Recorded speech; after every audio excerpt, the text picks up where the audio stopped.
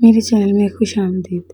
میں مشکل میں تھی لیکن میں کیا کرتی، یہ میری مجبوری تھی۔ میں اپنی نوکری نہیں چھوڑ سکتی تھی۔ کافی مشکل سے وہاں تک چل کے گئی تھی جدھر میری ویگن کھڑی تھی۔ جیسے ہی ویگن والے نے مجھے دیکھا کہ میں مشکل میں ہوں تو کہنے لگا کہ میم رکیے، میں آپ کی مدد کر دیتا ہوں۔ ساتھ ہی اس نے اپنا ہاتھ آگے بڑھایا، لیکن میں نے اگلے ہی پل اس کا ہاتھ جھٹک دیا اور بولی رہنے دو، میں خود ہی کر لوں گی۔ وہ شخص مجھ سے 5 سال چھوٹا تھا۔ کہنے لگا کہ ایک ویگن چلاتا تھا، لیکن وہ کافی جوان تھا اور میں نہیں چاہتی تھی کہ اس کے ساتھ اتنا گھل مل جاؤں کہ اس کی نیت ہی بدل جائے۔ اس لیے میں ایک حد تک اس سے بات چیت کرتی تھی، لیکن آج تو میری حالت کافی خراب ہو گئی تھی۔ اس نے مجھے دیکھا تو وہ جان گیا کہ مجھ میں اتنی ہمت نہیں ہے کہ میں خود کو سنبھال سکوں۔ میں کافی مشکل سے چل رہی تھی۔ ہر کوئی سمجھ جاتا کہ میں امید سے ہوں۔ میں نے اپنی بڑی سی چادر سے خود کو کافی ڈھانپا ہوا تھا، لیکن میں کہاں جانتی تھی کہ جس سے فائدہ اٹھانا ہو وہ کسی بھی حالت میں کام کر جائے گا۔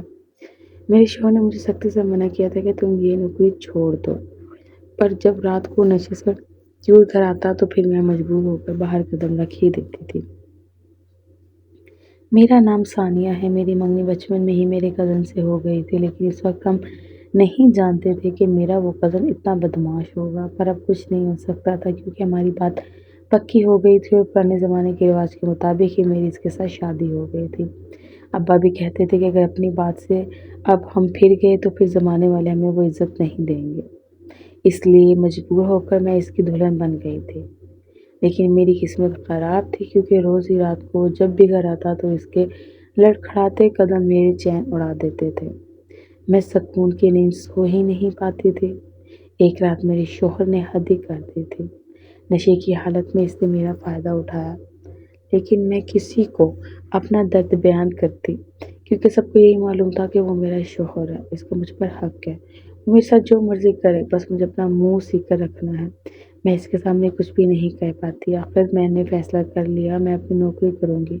میں نے جیسے ہی باہر قدم رکھا تو شوہر کہنے لگا کہ تمہیں نوکری کرنے کی ضرورت نہیں ہے، تم گھر بیٹھی رہو، عورتوں کا باہر جانے کو نہیں بنتا، تم کس لیے باہر جا رہی ہو؟ پر میں نے اس سے بحث نہیں کی۔ میں تب تک سکون سے بیٹھ نہیں سکتی جب تک تم نہیں کماؤ گے۔ وہ بھی چپ ہو گئے اور میں نے ایک نوکری تلاش کر لی تھی۔ ایک ماہ بعد جیسے ہی 50,000 میں نے اپنے شوہر کی مٹھی میں دی تو وہ کافی خوش ہو گیا تھا۔ یہ کام میں نے سوچ سمجھ کر کیا تھا کیونکہ میں جانتی تھی کہ جیسے ہی شوہر وہ پیسے دیکھے گا وہ مجھے اجازت دے دے گا کہ میں نوکری کر سکتی ہوں، اور ایسے ہی ہوا۔ اس نے مجھے اجازت دے دی، لیکن اگلی بار میں نے اپنے شوہر کو کہا کہ ان پیسوں سے میں اپنے لیے ایک ویگن لگواؤں گی کیونکہ کافی مشکل سے میرا آنا جانا چل رہا تھا۔ وہ میری بات سن کر چپ ہو گیا تھا۔ اس نے ان 50,000 سے 30,000 مجھے دے دیے تھے اور میں ویگن میں آرام سے آتی جاتی تھی، لیکن اچانک ایک روز میری طبیعت خراب ہو گئی تھی۔ تب مجھے وہ دن یاد آنے لگا جب شوہر نے میرے ساتھ زبردستی کی تھی۔ میں نہیں چاہتی تھی کہ میں ابھی سے اس کے ساتھ اپنی نئی زندگی شروع کر لوں، پر اس رات نے میرا یہ منصوبہ ناکام کر دیا تھا۔ اب اچانک سے ہی مجھے متلی ہونے لگی تھی۔ میں جان گئی تھی کہ میرے ساتھ کیا ہونے والا ہے۔ جیسے ہی ڈاکٹر نے تصدیق کی کہ میں امید سے ہوں تو میرا دل ٹوٹ چکا تھا۔ میں کبھی بھی نہیں چاہتی تھی کہ اس شخص سے میری اولاد ہو۔ پھر جب وہ بڑا ہوا تو باپ کو روز اس حالت میں دیکھے گا، کیونکہ میں نہیں چاہتی تھی کہ میرے بچے کا دماغ خراب ہو جائے اور بچپن سے ہی یہی سب سیکھے۔ اگر وہ یہ سب دیکھے گا تو اس کا عادی ہو جاتا۔ میں اپنی سہیلی سے جیسے ہی ذکر کرتی تو وہ یہی کہتی کہ تم کتنی ناشکری ہو، لوگ تو اولاد کو ترستے ہیں، لیکن ایک تم ہو جو کہتی ہو کہ کاش تمہاری اولاد نہ ہوتی۔ میں بھی دن بھر یہی سوچتی تھی، پر اس رات جب اپنے شوہر کو اس حالت میں دیکھتی تو اس سمجھانے کی کوشش کرتی، لیکن وہ تو مجھ پر ہاتھ اٹھانے لگ جاتا اور مار پیٹ کرتا، تم میرے معاملات سے دور ہی رہو۔ میں نے فیصلہ کر لیا تھا کہ میں اپنی نوکری کسی بھی حالت میں نہیں چھوڑوں گی۔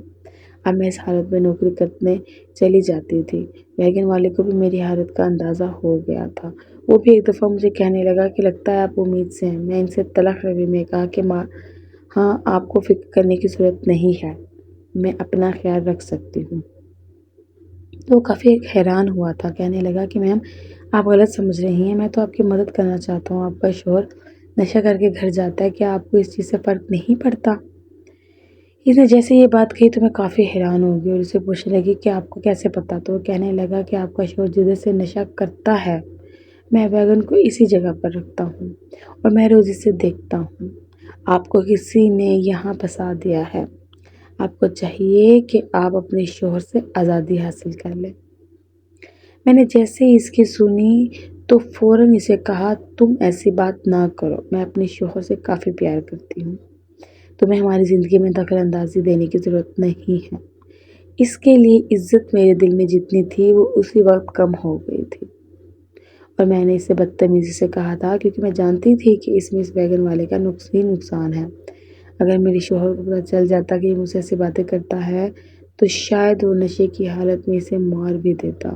اسے کوئی فرق نہیں پڑتا تھا، پر مجھے کہاں معلوم تھا کہ وہ ہے اب وہ اپنے ارادے سے پیچھے نہیں ہٹے گا۔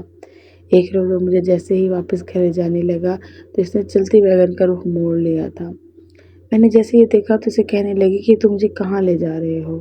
یہ راستہ تو کافی الگ ہے۔ وہ میری بات سن کر کہنے لگا آپ کو فکر کرنے کی ضرورت نہیں ہے، میں آپ کو نقصان نہیں پہنچاؤں گا، میں تو بس آپ کو محفوظ جگہ لے کر جا رہا ہوں۔ میں نے اس کے بعد سنی تو فوراً ویگن کا دروازہ کھولنے لگی اور اسے بولی کہ میں کبھی بھی نہیں چاہوں گی کہ میں یہ سب کچھ کروں، تو مجھے جلدی سے نیچے اتارو۔ لیکن اس نے اپنی ویگن کی سپیڈ تیز کر دی۔ میرا دل بھی اس تیزی سے دھڑکنے لگا تھا۔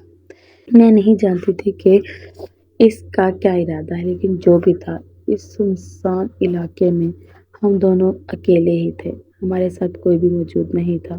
اس سے مجھے کافی ہول اٹھ رہے تھے کہ جانے وہ میرے ساتھ کیا کرنا چاہتا ہے۔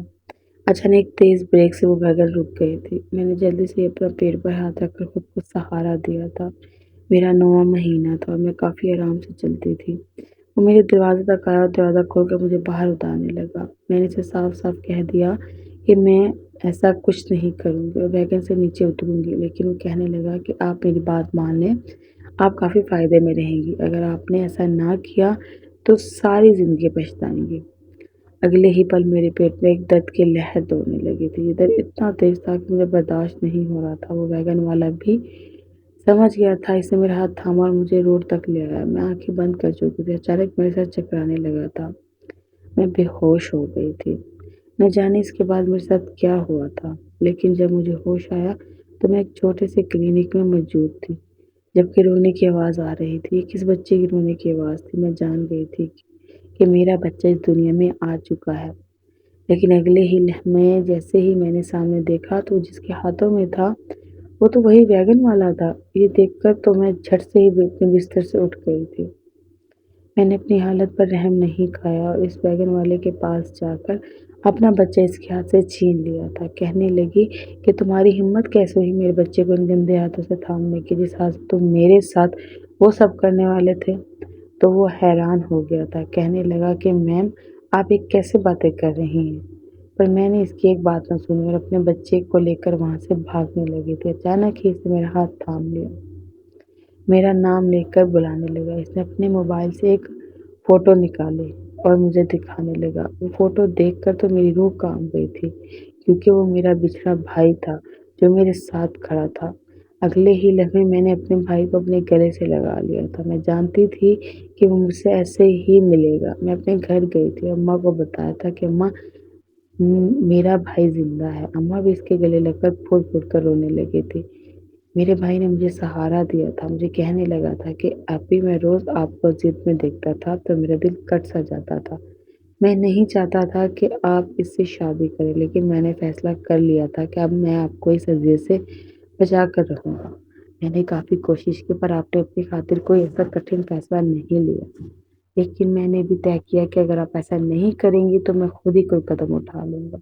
اور پھر میں آپ کو اپنے گھر لے جانے کا لگا، کیونکہ میں چاہتا تھا کہ آپ میرے گھر ہی رہیں۔ میں نے آپ کو اپنی سچائی اس لیے نہیں بتائی کیونکہ مجھے لگا کہ آپ مجھ پر یقین نہیں کریں گے، لیکن اللہ تعالیٰ کا شکر ہے کہ آپ نے مجھ پر یقین کر لیا اور مجھے پہچان لیا۔ میں نے اپنے بھائی کو ایک دفعہ پھر اپنے گلے سے لگایا۔ وہ میرا چھوٹا بھائی تھا جو ایک رات اچانک ہی غائب ہو گیا تھا اور کسی کو کانوں کان خبر بھی نہ ہوئی، لیکن اب میں پرسکون تھی۔ اس نے مجھے واپس اپنے شوہر کے پاس نہ جانے دیا۔ میں اس کے ساتھ سکون کی زندگی رہ رہے تھے۔ اگر آپ کو میری کہانی پسند آئی ہے تو پلیز میرے چینل کو لائک کریں، سبسکرائب کریں اور بیل آئکن کے بٹن کو دبانا نہ بھولیں تاکہ نئی آنے والی ویڈیو کی نوٹیفیکیشن آپ کو بر وقت مل سکے۔ شکریہ، جزاک اللہ خیر۔